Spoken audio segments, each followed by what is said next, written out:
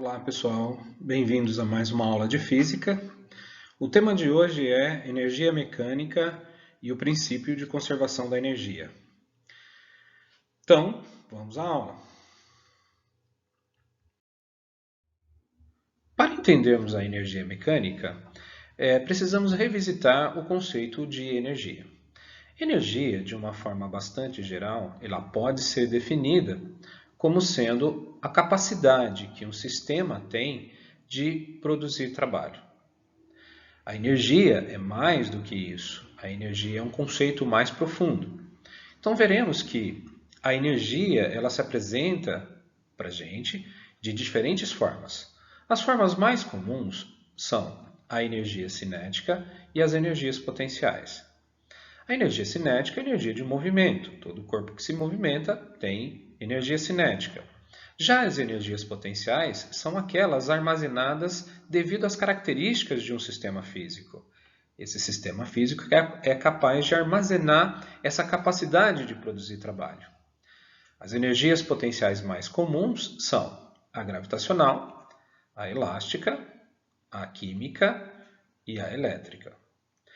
A energia cinética depende de característica do movimento, mais especificamente depende da velocidade. A energia cinética é diretamente proporcional ao quadrado da velocidade com que essa massa, com que esse corpo se movimenta. Então, ela está associada a um carro em movimento, por exemplo, à correnteza da água de um rio ou mesmo ao vento.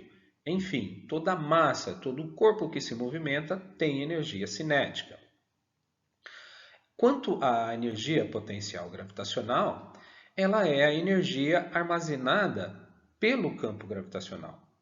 Ao levantarmos um corpo, nós produzimos um trabalho sobre ele, produzimos um esforço, e esse esforço ele fica armazenado nesse objeto, que ao cair, o campo devolve essa mesma quantidade de trabalho que foi realizado sobre o objeto. Então, a energia potencial gravitacional, ela depende da altura, principalmente da altura que o corpo foi levantado. Depende do valor do campo gravitacional e depende da massa do corpo. Então, é a energia armazenada pelo campo gravitacional.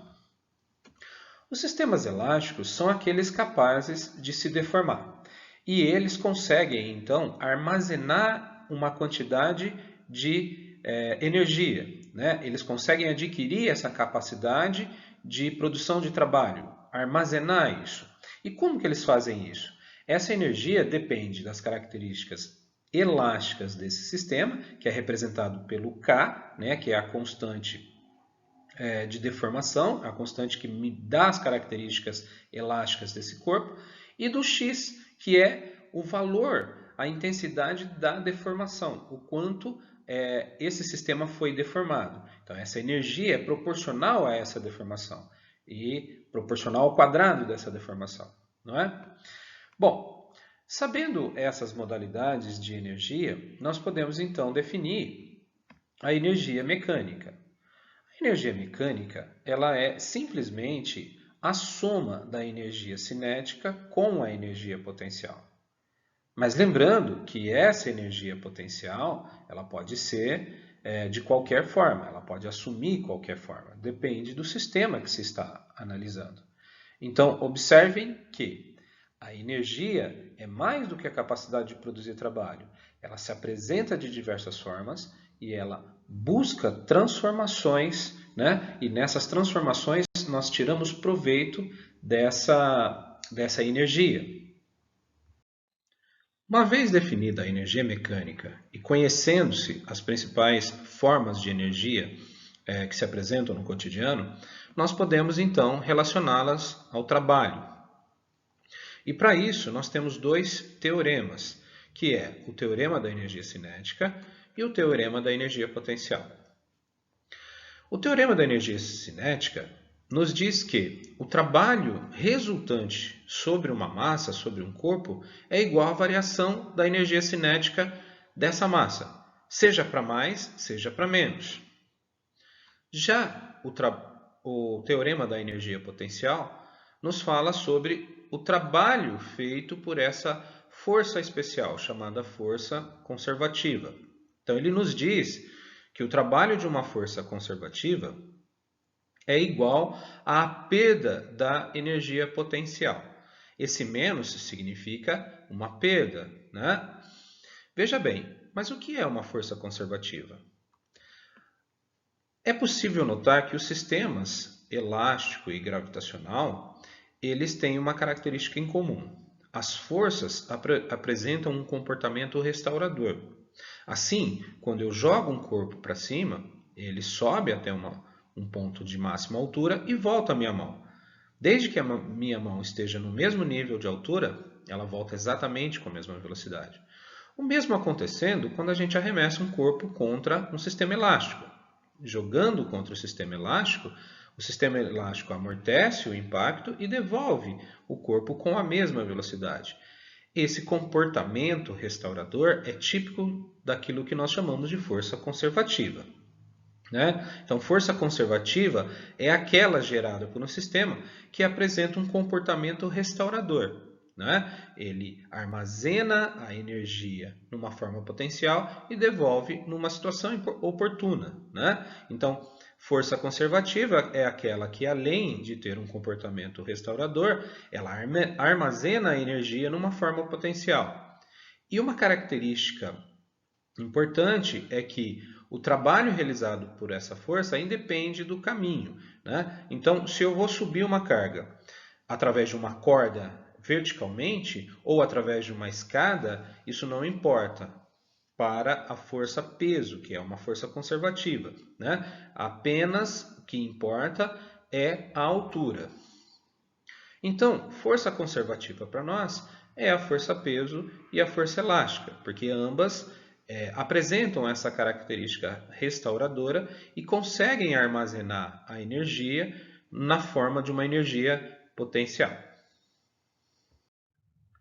Pensando nas forças conservativas, nós podemos imaginar um sistema cuja energia mecânica depende das características desse sistema, né? Então, os sistemas eles podem ser classificados entre conservativos e não conservativos. Os sistemas conservativos são aqueles em que somente forças conservativas atuam. E os sistemas não conservativos, você tem, além das forças conservativas, outras forças que não têm esse caráter conservativo. Então, a presença de uma força que não é conservativa já caracteriza o sistema como não conservativo. Geralmente, essa força não conservativa é o atrito e as forças de resistência. Assim, nós podemos definir o teorema da energia mecânica desse sistema. O que significa esse teorema? Ele diz o seguinte: se num sistema somente atuarem forças conservativas, então a energia mecânica se mantém constante. Por que isso? Porque as forças conservativas conseguem armazenar energia cinética na forma de potencial e converter também energias potenciais na forma de cinética. Então, não há variação na energia mecânica. Então, matematicamente, nós temos essa definição, que a variação da energia mecânica em sistemas conservativos é zero. Ou seja, a energia mecânica antes e depois das transformações tem sempre o mesmo valor. Agora, o princípio de conservação da energia é um dos princípios mais importantes da física. Toda a física está baseada nesse princípio. E ele diz o seguinte, que a energia ela não pode ser criada e nem destruída, mas apenas passar por transformações. Ela sofre transformações de uma forma para outra. E pensando nessa forma, né, nós podemos concluir que, segundo o princípio de conservação da energia, a energia total no universo é constante, né? Ela apenas muda de forma. Então, o que nós observamos é apenas transformações. Mas, então, como entender os sistemas não conservativos? O que acontece quando eu tenho um sistema não conservativo, onde a energia mecânica não vai se conservar? Em sistemas não conservativos, a energia mecânica não se conserva, porque há a conversão da energia mecânica em outras formas de energia que não a potencial e a cinética. Então, a energia mecânica vai diminuir nesses sistemas. E para onde vai essa quantidade de energia mecânica consumida, né? Ela se transforma, então, em calor, em outras formas de energia, né? Então, a gente diz o seguinte, que a parte da energia mecânica que foi perdida é igual ao trabalho dessas forças não conservativas, né? Ou seja, essa energia mecânica ela foi transformada em outras formas de energia que não mecânica, né? E, portanto, não podem ser, pelo menos são mais difíceis de serem aproveitadas. No caso, nós representamos isso matematicamente, dizendo que a variação, a quantidade de energia mecânica que foi perdida é igual ao trabalho das forças não conservativas. Isso fica de acordo com o princípio de conservação da energia. Então, nós podemos ver o seguinte, se um carro tem energia cinética, por exemplo, e ele freia, ele perde essa energia cinética. Porém, nós observamos o quê? O aquecimento dos freios, o aquecimento dos pneus, que tem um atrito com o solo. Então, essa energia é energia térmica, né? Então, parte da energia mecânica desse carro se converteu em energia térmica. Então, a gente diz que essa variação na energia mecânica se transformou em outras formas de energia, né? Então, a gente diz que essa perda é igual ao trabalho dessas forças não conservativas. No caso do carro, o atrito. Para exemplificar o uso dos teoremas, vamos a esse exemplo. Ele fala de um bloco que desce uma rampa, né? E ele já tem uma velocidade de 4 metros por segundo no ponto A. Ele desce a rampa, chegando aos pontos B e C. Então, nós queremos a energia mecânica desse bloco no ponto A, ou seja, aqui em cima. Bom, para isso, nós vamos utilizar a definição de energia mecânica, né? Não tem segredos nisso. A energia mecânica no ponto A é a energia cinética desse bloco no ponto A mais a energia potencial. Observe que o sistema dado nessa figura, né, nesse exemplo, não tem molas. Então, essa energia potencial ela é gravitacional. Então, substituindo as fórmulas, né, na energia mecânica, nós temos o quê? A energia cinética, mv²/2, onde a velocidade é a velocidade no ponto A, porque essa velocidade pode mudar ao longo do sistema, né? E a energia potencial gravitacional, que é dado pela expressão mgh. Nós temos todos os valores, então nós podemos substituir. A massa do bloco é 5, a velocidade é 4, que vai ao quadrado, né? Dividido por 2. Mais, né, a energia potencial, que é 5 vezes g, o g nós vamos adotar 10, e a altura 4,2. Fazendo essas continhas, lembrando que tem que fazer o quadrado primeiro, né? Então, nós chegamos à conclusão de que esse bloquinho tem 40 joules de energia cinética no ponto A, mais 210 de energia potencial, totalizando 250 joules. Então, essa é a energia mecânica desse bloco, nesse sistema, nesse ponto A. Continuando, ele pergunta qual é a velocidade do bloco ao passar pelo ponto B. Observem que de A para B, o corpo vai deslizar sobre o plano. E o exercício diz para a gente que o plano é perfeitamente liso. Portanto, nós vamos interpretar que não existe atritos entre os pontos A e B. Isso quer dizer que não existem forças não conservativas. Somente a força-peso atua, e a força-peso é conservativa. Então, nós podemos considerar que entre os pontos A e B, o sistema é conservativo. E, portanto, a energia mecânica se conserva. A energia mecânica em A é igual à energia mecânica em B. Lembrando que a energia mecânica de B é a energia cinética mais a potencial, nós podemos substituir os valores que nós conhecemos e encontrar a energia cinética no ponto B. Observem que a energia mecânica em B é 250, porque é a mesma de A. A energia cinética em B, eu não sei quanto é, né? Pretendo determinar. Mas a energia potencial em B, no ponto B, ela é zero. E por que é zero? Porque não existe altura, né? No ponto B, a altura é zero. Então, toda a energia potencial que ele tinha foi convertida em trabalho, foi convertida em energia cinética, na verdade. Então, a energia cinética de B é 250 joules. Nós concluímos que toda a energia mecânica em B está na forma de energia cinética, né? E vale 250 joules. Com isso, eu posso aplicar a definição de energia cinética, né? mVb² sobre 2, e eu posso encontrar a velocidade. Então, substituindo os valores, a massa é 5, né? A energia é 250. Passo 2 multiplicando, dá 500. Passo 5 dividindo, nós obtemos que Vb² é 100. Para tirar esse quadrado, a gente extrai a raiz e nós chegamos à conclusão de que ao passar por B, a velocidade do bloco é de 10 metros por segundo. Então, observem o que é um sistema conservativo. A energia mecânica se conservou e eu pude, então, determinar a velocidade com que ele passa pelo ponto B. Bom, no item C, ele pede qual foi o trabalho realizado pela força conservativa no trajeto AB, né? Então, no trajeto AB, o sistema é conservativo. Isso quer dizer que só atua ali a força-peso. Então, a força conservativa ali é a peso. Então, nós queremos determinar, na verdade, o trabalho da força-peso. Para isso, nós vamos usar o teorema da energia potencial.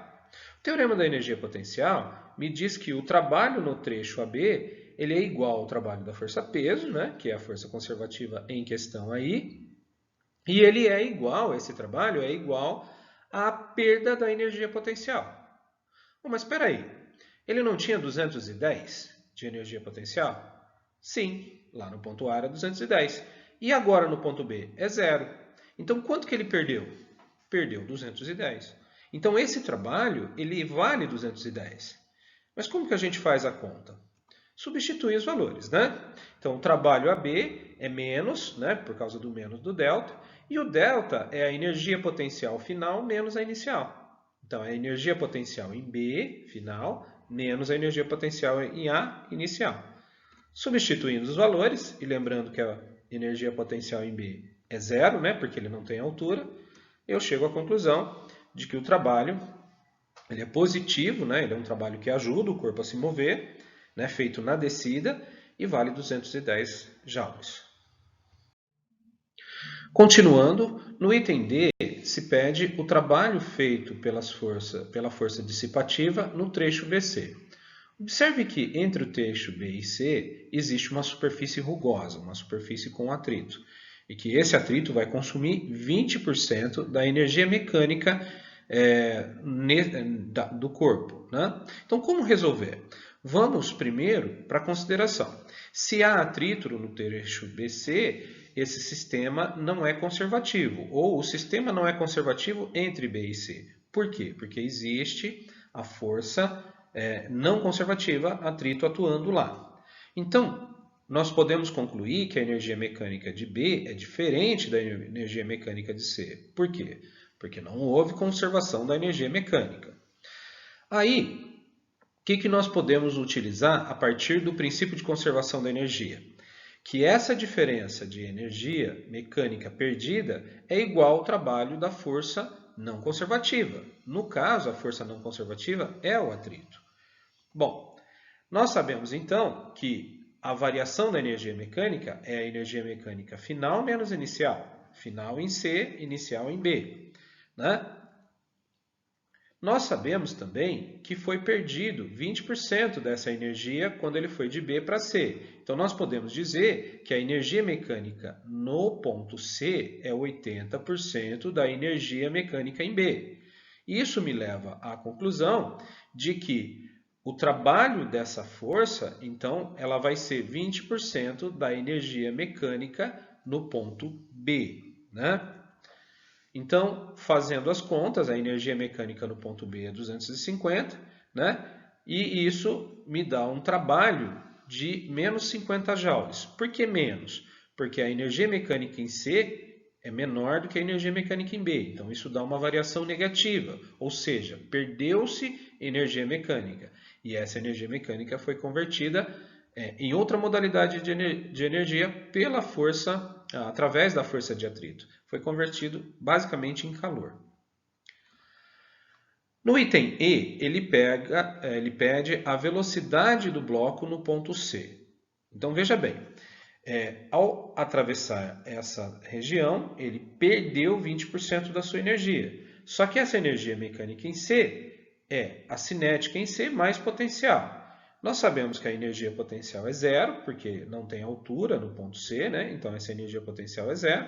Então toda a energia ela se concentra em energia cinética, ela está concentrada na forma de energia cinética no ponto C.